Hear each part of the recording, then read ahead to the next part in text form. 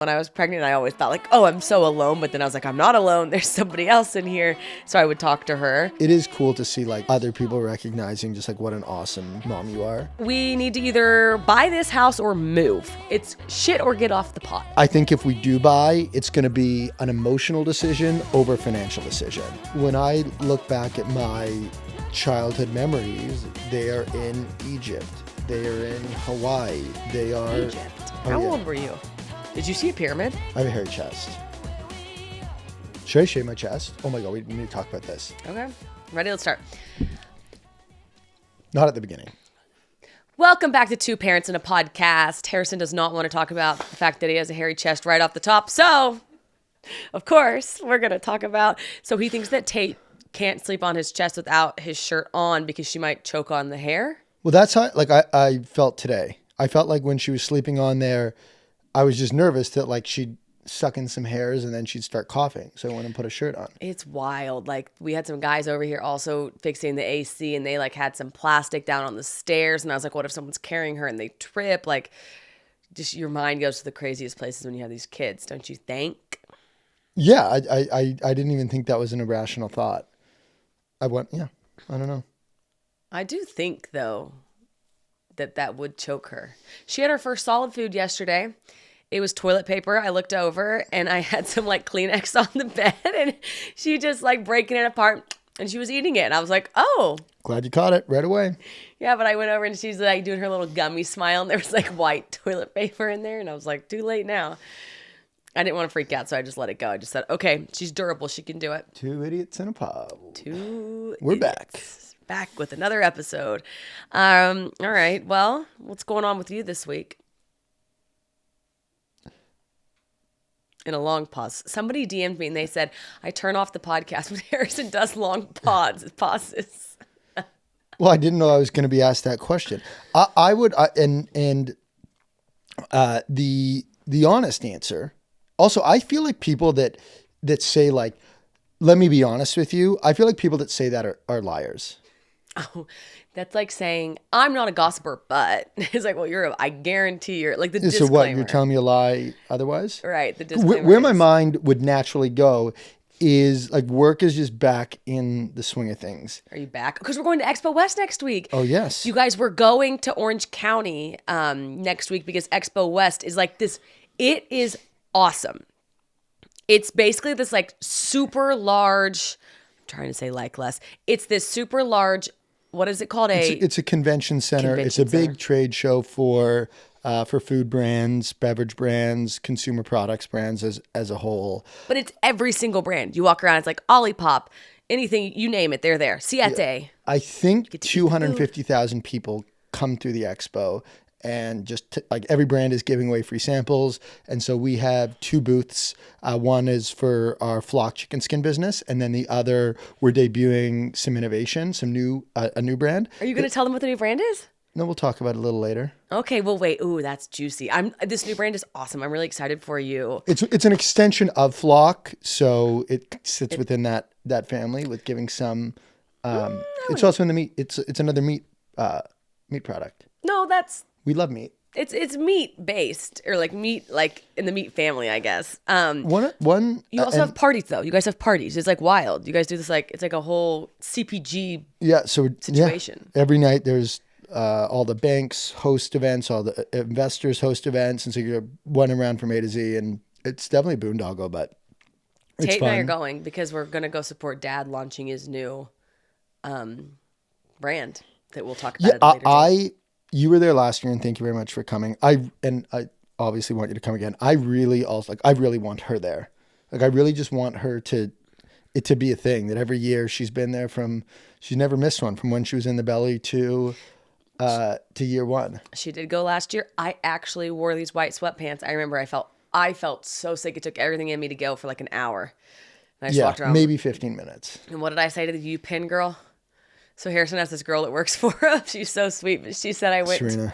Serena. She said, where'd you say she went? So she said I went to Penn, and you said, oh, I went to, I love Penn State, and then. No, I said Penn State's good at volleyball. Okay, Thank I you. thought, oh, Penn State's so good at volleyball. One of my friends went there to play volleyball. Okay. And then she was definitely just kind of like, yeah, that isn't the one. But she's just so nice that I don't think she said anything. I think I jumped in there and was like, yeah, different one, but. Well, Penn State is good at volleyball, and UPenn, I guess, is good for academics. And swimming. She was swimming there. You know what happened again with my friend Amanda, who lives here? It happened the other day. She said I went to Penn. I grew up in Pennsylvania, and then I went to Penn State, and I was like, that's not the smart one, right? And she was like, yeah, no. And I was like, good. Okay, we don't need to throw shade at Penn State here. No shade at Penn State. I went to OU. I'm not shading anyone. Okay. I mean, that's not a diss to OU either. I'm very smart. Everyone that goes to OU is very smart. I'm just saying we're not Harvard. Yeah. Is UPenn Ivy League? Yeah. So it's okay to compare other schools to that. It's a very good school. I know there's a program that we typically follow, and I know that we haven't followed any of it through this episode. So I'm going to keep on this theme because I have a question for you. Okay, what? How do you, I think one of your superpowers is you remember everyone's name you meet, and you also remember their babies' names. How are you so good at remembering names? So my parents always taught me growing up, when you're shaking someone, saying if you can remember their name and then say it again later, that's a really good personable skill. So what I started doing was when somebody said their name to me, I would say it again in my head. So if Julie said, hi, I'm Julie, I would say, hi, Julie, nice to meet you. And then I'd say, Julie. And then I would remember it. Yeah, I do that, and it doesn't work. Oh, most of the time it works for me. Unless you have a unique name or a name that resonates, I typically forget it. And I intentionally try all the time. To me, the difference between you being named Kevin or Dan, I will never know. Oh. They sound the same to me. I love it though. We went to that birthday dinner for Emma the other night, and we had Matt beside us, Alex beside him, then we had Clara and Liam and David. So I'll typically never remember Matt, but our lawyer's name is Matt. And associated so with a person. I can remember us lawyer, done. But if I don't have that connection, I'm toast. Oh yeah. But one thing I do is if I don't remember a name, I will address it. I will be like, hey man, apologies. Do you mind reminding me your name? I'm Harrison. There's also no larger form of flattery for somebody, I think, than when you do remember their name. Yeah, you crush it. I'm jealous. It's a superpower. Okay, that's very nice of you. Thank you. Let's talk about Nutrafol, because you guys, postpartum hair is crazy. I've got breakage and I've had thinning, but enter Nutrafol. I've been taking the postpartum supplements, and I've been taking them for 4 months, I think. And I went to the hairdresser the other day, and she was like, you are having a postpartum hair comeback. And I was like, thank you. Nutrafol is the #1 dermatologist recommended hair growth supplement brand, trusted by over 1.5 million people. See thicker, stronger, faster growing hair with less shedding in just 3 to 6 months with Nutrafol. That's the other thing about the postpartum hair, is the shedding. While many supplements rely solely on ingredients, Nutrafol clinically tests final formulas to ensure their efficacy. In a clinical study, 86% of women reported improved hair growth after taking Nutrafol women hair growth supplements for 6 months. So, start your hair growth journey with Nutrafol. For a limited time, Nutrafol is offering our listeners $10 off your first month subscription and free shipping when you go to Nutrafol.com and enter the promo code 2parents. $10 off your first month, you guys, and free shipping. Find out why over 4,500 healthcare professionals and stylists recommend Nutrafol for healthier hair. Nutrafol.com, spelled Nutrafol.com, promo code 2parents. That's Nutrafol.com, promo code 2parents. So to kind of veer this in a semi-different direction, can we talk about how crazy your TikTok is going right now? Videos talking to Tater Totter. Yeah, it's been wild to see. Yeah, it's funny because I didn't know it mattered whether you talked to them in a baby voice or not a baby voice. Do you want to set the stage? Apparently that's the sticking point, but I've always just talked to her in this voice. Do you want to set the stage of what we're talking about or no? No, I'm just making videos of something I've always done, which is just talk to her like this and narrate her day to her. Because I don't think it's fair she doesn't get to know what's going on in her day, and she's at our complete mercy for us to feed her and all these things. So I like telling her what's going on in her life and her day. The first time I remember you telling Tate what was going on was the night before we went to New York. That was the first time I actually saw you talking to her. And you're like, we're going to wake up tomorrow morning. We're going to get on a plane. The plane's going to go in the air. We're going to this place called New York. It's where your dad and I used to live. And you gave her the whole rundown on why we were going and what we were going to do. And I was like, this is such a really cute, special moment. Yeah, it's just something I've always done. I guess I started doing it when she was 2 months old, but I talked to her a lot in the belly too, because like I was like emotional when I was pregnant. I always thought like, oh, I'm so alone. But then I was like, I'm not alone. There's somebody else in here. So I would talk to her. But yeah, I love talking to that little girl. Yeah, it's really cute. Yeah. Well, one thing for me, and I feel like you're going to make me cut this, is like I'm so proud of you as a mother, and like I think you're such an amazing mom. And so it is cool to see like other people recognizing just like what an awesome mom you are. And I know like that you find that awkward. I love it. I'm proud of you. And there's so many awesome moms. I just love being a mom. Do you know? A lot of tons of awesome moms. There's no doubt, but I'm very proud of Thank you. You as a mom. Oh, I'm very proud of you as a dad. And the other thing this is the one like note I will make on it is like when I got divorced, I didn't know when I would be a mom, if I would be a mom, like this stage of life, I was like, question mark. And I like mom is truly my favorite title yet. And so I'm just really thankful for this phase. So that's a nice like little additive. Gosh, I just love that little girl. Like she's at the nanny share right now and I just miss her. She's busy though. She's drinking her bottle because there's 2 babies. And so they got this like bottle pillow. The nanny's busy. No, Tate's busy. She's so busy over there. She's getting read to in Spanish and English. I mean, she's got a fully booked day. She's got milky time. She's got to take a nap. I mean, Harrison said to me yesterday, what does she do all day at the nanny share? I was like, oh my gosh. Just plays her little heart out. Yeah, she sits up on the counter sometimes. I mean, she's got so much stuff to do. Yeah, she's a little cutie. She's a little cute little number. And then one comment that I did think was funny was you made a video walking and talking to her because I didn't feel good one day. And everyone was like, who has our baby? Who's this man? Who's this man? Daddy. The man's dad. Yeah, it's been fun kind of tackling onto the back of your videos.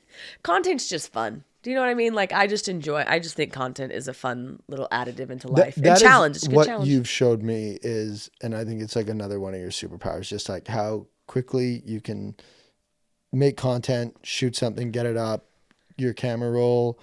I don't think is like full of 10, 15 takes of videos. It's one done up and you really don't let it consume your life. And that was a really big concern of mine when we first started dating, was that you'd be like on your phone all the time and you're just not, you're so present, especially with her, and you capture these moments, but then you're back to being a mother. And I love seeing that.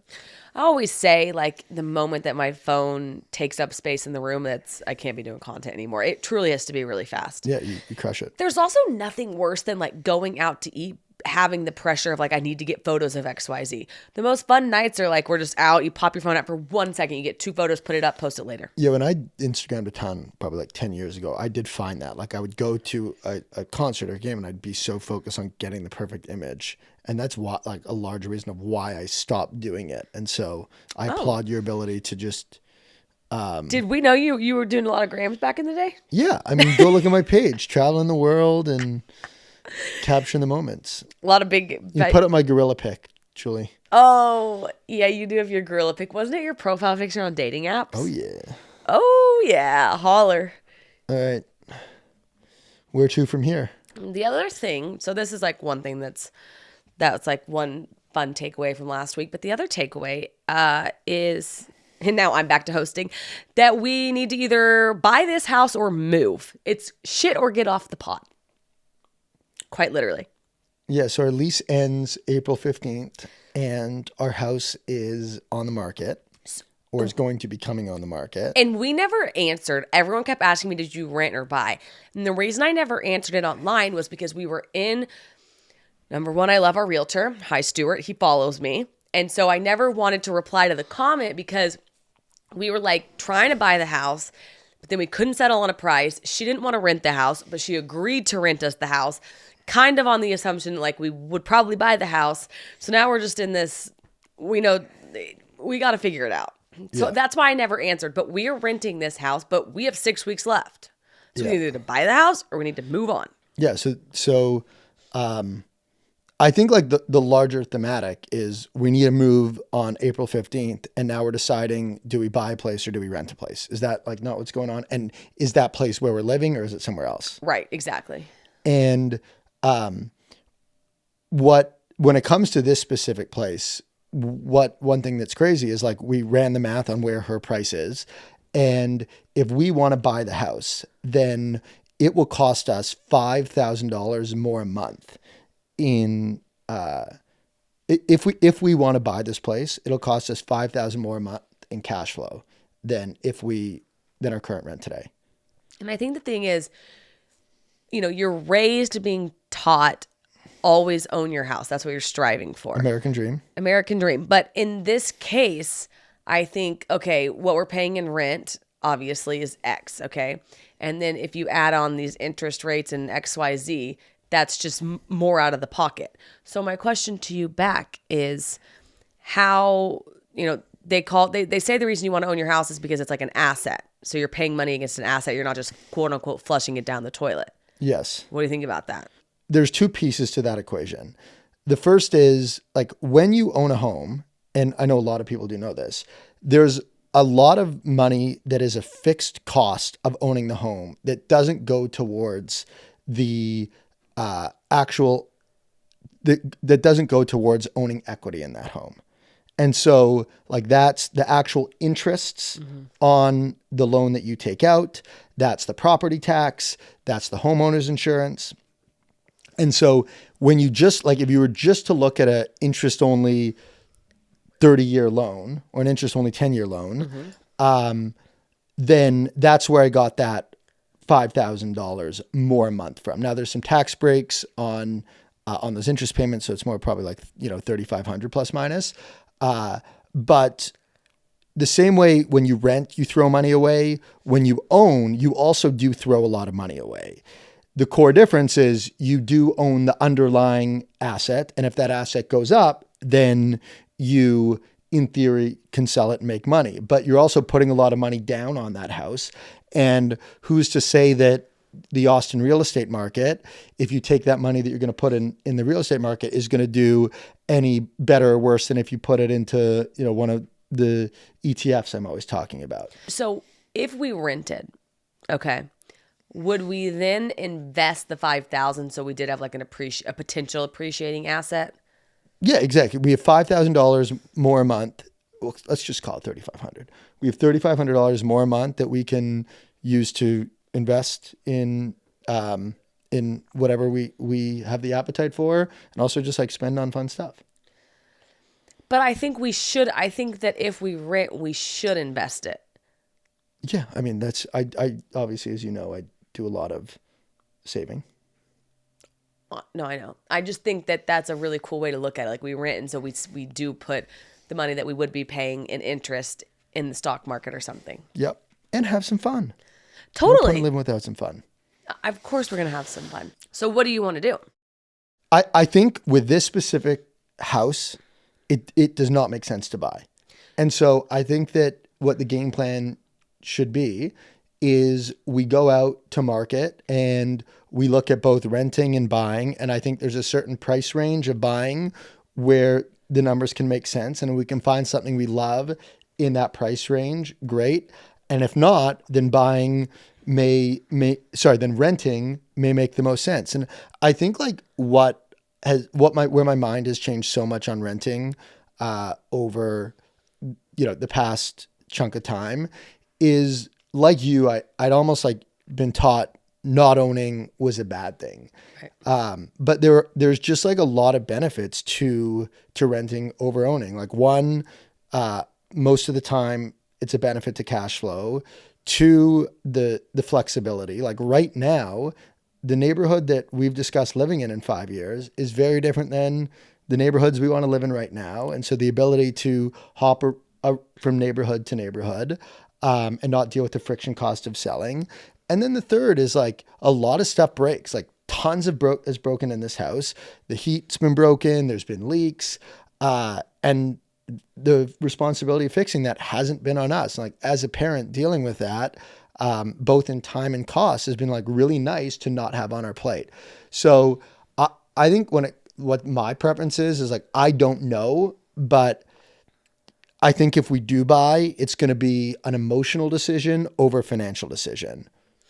I would agree with that. And I also think what's good about us is we now know what's important to us in a house. So renting, when we first moved here, we were new to Austin, but I now know like I can live in a significantly smaller house than this. I just would like to optimize the master bedroom. I want a good closet, but I don't care if it's half the square feet. And I want a fireplace. And it's like, that's like some really funny, odd things, but well, whether we do or don't find that, it doesn't really matter. It's just, you and I had never lived together in a home. So it's really good to understand like living styles. Yeah.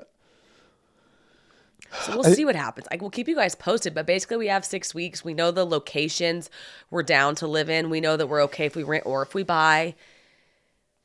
That's it. It's kind of fun though.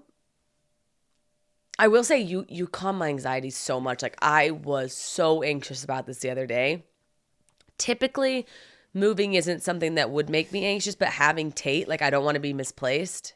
You know, I want to like land somewhere. Yeah, I'm with you. I am with you. Like I want us to love our home. I want Tate to have an amazing home, and emotionally, in theory, I want us to own the home. It'll just be interesting if that's the path that we go. I know. Yeah, we'll see. You know, it's funny. Like, obviously, buying the home is the goal because people, have you ever noticed people like Instagram when they buy a home and they Instagram like the keys and they say, no one ever Instagrams like, we're renting for 2 years. Yeah. Found our spot. Yeah, it's you're like almost taught to feel like ashamed of renting, not buying. Yeah, which doesn't actually make sense. Like one of our friends the other day was like, we renting is a luxury. Like it's nice to be able to do it. And I was like, I mean, I see it both ways. I don't really care whether we own it or not. Well, but I do at the same time because like I'm not installing a light fixture if we don't own the place, obviously. Yeah. And that's obviously the big drawbacks is, you know, you don't make it your own, you don't invest in it, and you also don't appreciate and or take part in the appreciation of the house if you don't own it. And I do have like a little emotional connection to this place because it's where we brought her home from the hospital, but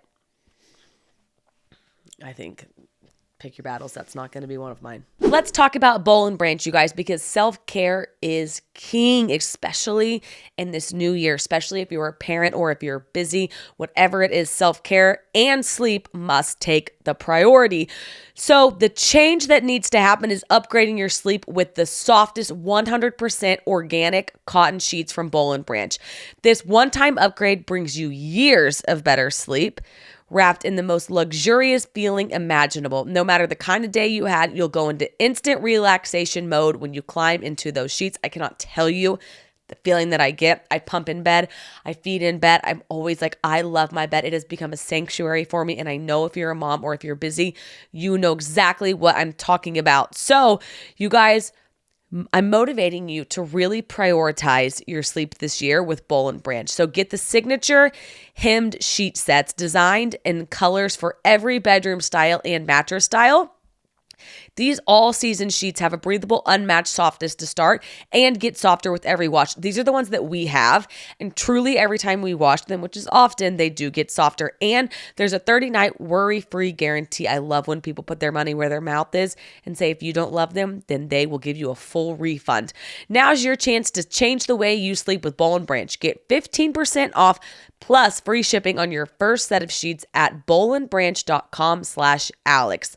That's Boll & Branch, BOLLAND branch.com/Alex to save 15% off. Exclusion is apply. See site for detail. And one more stat. Okay, Jules told me this, but in 2024, the average age of a home buyer was 38 years old, but 40 years ago it was 29 years old.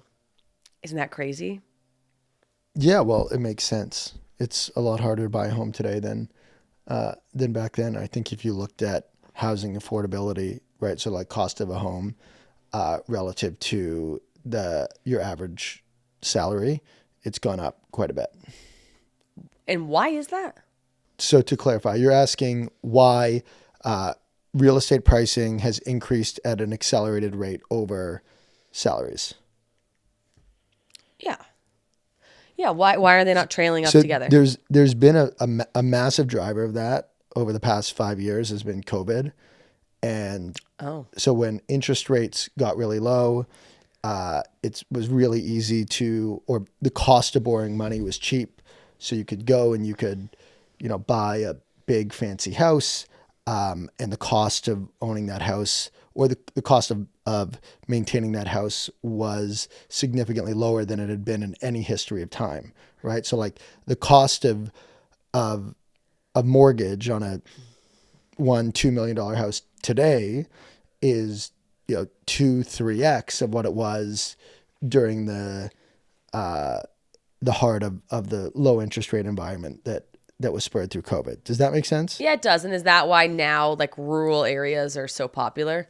People are moving out to all these rural places, and that's because the houses out there are large, but they're affordable, more affordable now than living in the city. Yeah. And I think another driver of that is you had and I actually haven't seen the data that like overly supports this, but that you hear a lot about is like a lot of institutional capital has come in and started buying residential real estate, which has complicated things. That makes sense. So that's actually, let's go to things I DM'd you because it is one of the things that I DM'd you. Love it. Would you ever move and leave Tate in a state to finish high school? Would you ever move to a different state?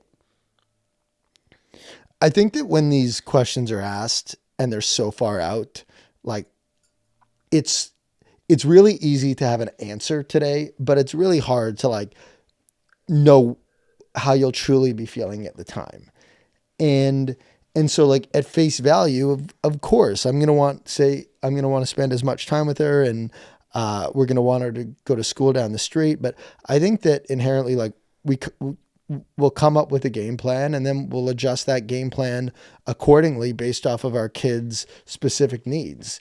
And so, I don't really see a world in which, as of today, she wouldn't go to one of the schools in the neighborhood because so many of them are great.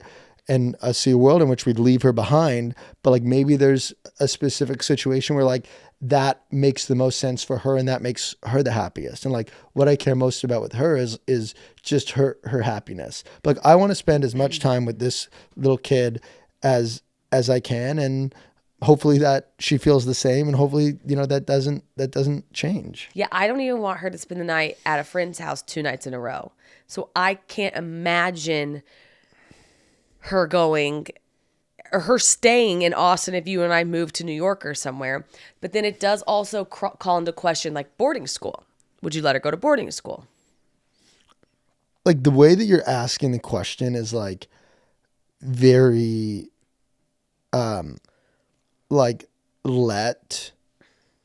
and if that's what she wanted, right, then of course you would do it. Okay, that makes sense. Like I really want to empower her to, make big, and I know it's like, who knows how all this changes over time, but like I want to empower her to like make the decisions that feel true to her and are best for her life. I feel like, growing up, there were a lot of expectations. I don't want to be careful with my words here because my parents were amazing, but like, I feel like there were certain paths that one would have been pushed down, and I want to have as many of those paths open for her as possible. So the reason I ask is there's this creator. I gotta like walk you down this rabbit hole. There's a creator being accused, and I'm not going to say the creator's name because I'll tell you at the end what I think. I think it's a bunch of people jumping to conclusions. There's a creator being accused of moving out of California because she doesn't want to pay her child who is in her content. Now, secondarily, California allegedly passed a law that if your child's in 65% or more of your content, you have to pay them. Now, thirdly, this creator also has a 17-year-old. So she has a baby and a 17-year-old daughter. The 17-year-old daughter apparently is staying back to go to high school in California. So it's layers because they're saying the reason she's moving is she doesn't want to pay the baby. But that in turn leaves the 17-year-old there. Now, I think a lot of people want to move out of California to Tennessee. I get that all day long. I think they also want to move to Texas. Number two, I went and looked at the 17-year-old's TikTok. Somebody posted, "I can't believe your parents left you." She was like, "You do not know the whole story." Like, I think her and her mom are very good friends. I think this is what worked out better for everybody. And then thirdly, I think if somebody's saying you need to pay your child, like, I would love to start taking a little college fund that I had to pay. Okay. So thank you for the rundown. Yeah, you're welcome. What would you like to hear from me on that rundown? Nothing. Just what do you think? If I understand it all correctly, I think like leaving a state because you now need to pay your child would be a wild thing to do. I don't think that's what happened. I think people are reaching. Okay. So I did get served this video. Okay. And I don't know who it was from. Like, I didn't know who she was. Yeah. But she was saying, if you're seeing a lot of creators move out of California and you think it's because they want tax breaks or they want more land, well, California just passed a law that if your kids are in your content, you have to pay them. I don't think that's why people are leaving. There's a line that I heard someone say once, which is, if you're making your life decisions based off of tax rates, then you're playing the wrong game of life. And that's always really resonated with me. When I lived in Hong Kong, there's massive, like when I lived in Hong Kong, taxes are incredibly low. So tons of tax advantages to being out there. And a lot of people stayed out there for so long because of the tax breaks. And that was when I really first put that mindset into play of like, I don't want to live somewhere just for, to make some more money. And so that's the mindset that I would apply to this situation, assuming it was true. If it isn't true, then, and it's the dynamic that we were kind of talking about before, where like they needed to move to Tennessee for reasons and the daughter wanted to stay. Like, I hope that, that will work out for their family and everyone's collectively happy. As weird as it may seem now with our 4-month-old, obviously times are going to change. Yeah, no, I number one, that story in particular, I don't love, even furthering it, right? Because I doubt that's what happened, and I think that the news outlets are just taking it and running and like the domino pieces are falling because of the law, blah, blah, blah. But I do like bringing it up on the topic of like, would you go to a different, I would have been sad if like my family had moved when I was in high school, but I do also know I would have been sad if I left my friends. I think like transferring senior year would be really hard. So I guess I get it both ways, especially if there's a family that you're really close with that you can stay with. Like that would also be a really rad senior year. Yeah, I think that if something like that comes up, we'll assess it on a live basis. And are you down for boarding school? Or she gets to pick? If she comes to you and says, "Dad, I want to go to boarding school." Oh no. But what would you say? I would love to understand why, and I would love to present her with all the reasons why it could be viewed as a good decision or a bad decision, and hopefully she makes a great decision that we'll support. And I get it's easier to say this in theory versus reality, but I really hope we can empower our children to make their own decisions. Yeah, and it's going to be tough. It's going to be so tough to put our feelings aside. Yeah, it's easier said than done. We all love the finer things in life, and that's why I love Quince, because it is truly the finer things in life, but it is not the price tag of them. Quince offers a range of high quality items at prices within reach, like 100% Mongolian cashmere sweaters from $50. You guys, this is the black sweater that I will not stop talking about. We're going to Aspen in a couple of weeks. I already know I will wear this black cashmere sweater under everything. It is so soft. It is just like my cashmere sweaters, that were twice, if not 3 times the price. This Quince, they have nailed luxury for a great price. All Quince items are priced 50 to 80% less than similar brands. By partnering directly with the top factories, Quince cuts out the cost of the middleman and passes on the savings to you and I. So you guys, give yourself the luxury you deserve with Quince. Go to quince.com/Alex for free shipping on your order and 365-day returns. That's QUINCE.com/Alex to get free shipping and 365-day returns. Quince.com/Alex. Happy shopping. Get the cashmere sweatshirt. I'm reading a book on all this right now. What's the book called? Are you reading it or listening to it? Reading it. Okay. What's it called? I'll pull it up. It's so funny. I also don't know the name. I don't know the name of my book. And do you know why we don't know the name of our book? Harrison has a one-track mind. He is currently Googling, but he probably cannot even hear me talking.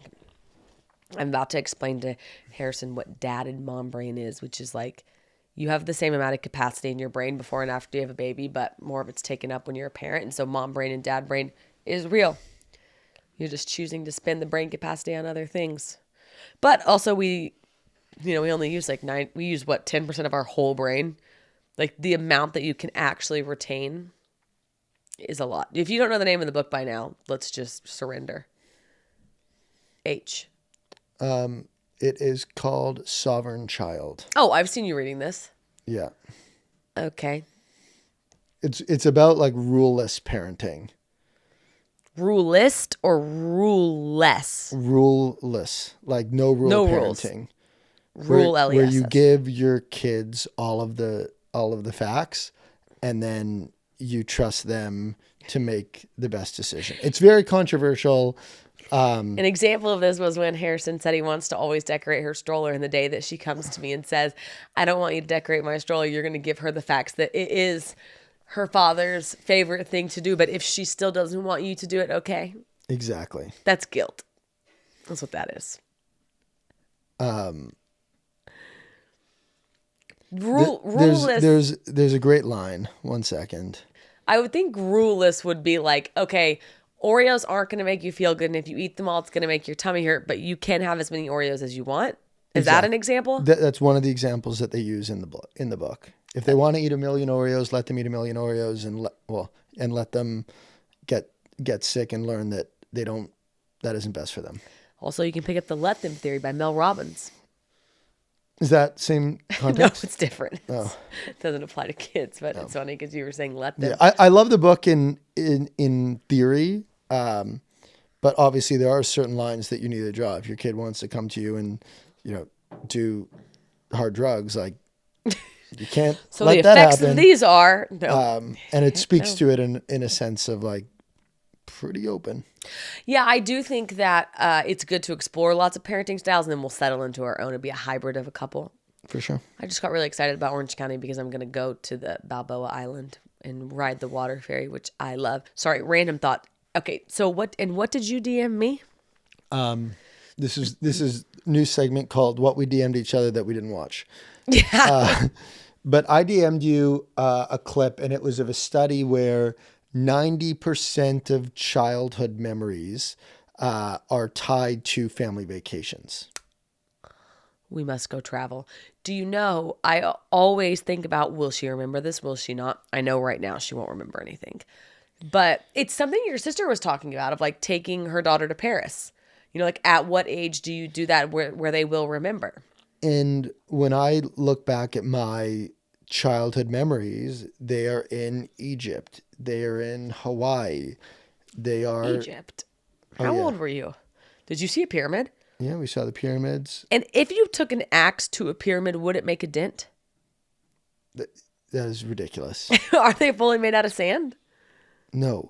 Oh, in the movies they are. They're made out of stone. Oh. Well, they were sand. There's all the conspiracy theories on how heavy the rocks or the stones are and how they could get them up, and did they have another form of technology? We're not going to go down conspiracy theory alley here, but no. That's probably what kids make at the beach, Alex.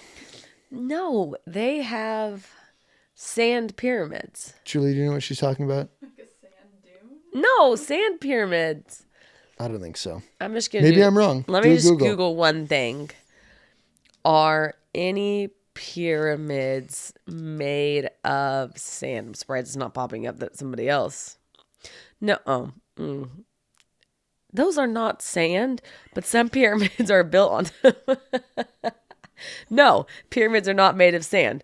To make me feel better, it says, but some pyramids were built on top of natural hills and contained sand-filled spaces. The way you say things like does make me doubt myself a lot.